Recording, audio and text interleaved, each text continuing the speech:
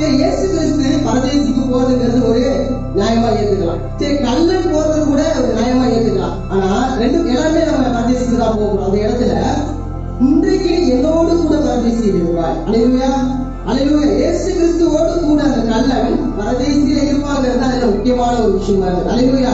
எல்லாருமே நம்ம பரதேசிக்கு போக போறவங்க தான், எல்லாரும் அந்த இடத்துல போய் இளைப்பாறுதலை அடைய போறவங்க தான். இருந்தாலும் இயேசுவோட கூட இளைப்பாறுதல் பெறுகிறதுக்கு ஒரு தகுதி பெற்றவர் அந்த கல்லனா இருக்கிறார். ஒரு 4 காரியங்கள் அந்த கல்லன் ரட்சிப்பை பெற்றுக் கொடுக்கிறதுக்கு ஒரு வாய்ப்பாக ஏற்படுத்தப்பட்டது. என்ன ஒரு காரியம்னாக்கா, லூக்கா 23வது அதிகாரம் அதனுடைய 40வது வசனத்தை வாசிக்கலாம்.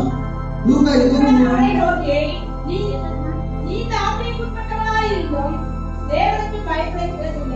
நீ தேவனுக்கு பயப்படுகிறது இல்லையா? முதலாவது அந்த கல்லனுக்கு ரட்சிப்பு கிடைக்கிற ஒரு காரியம் இல்லைங்களா? தேவனுடைய பயம் அந்த கல்லனுடைய மத்தியில அந்த கல்லனுக்கு இருந்துச்சு. ஏன் சொல்றாங்க, அவன் எதுக்கு அவன கல்லனை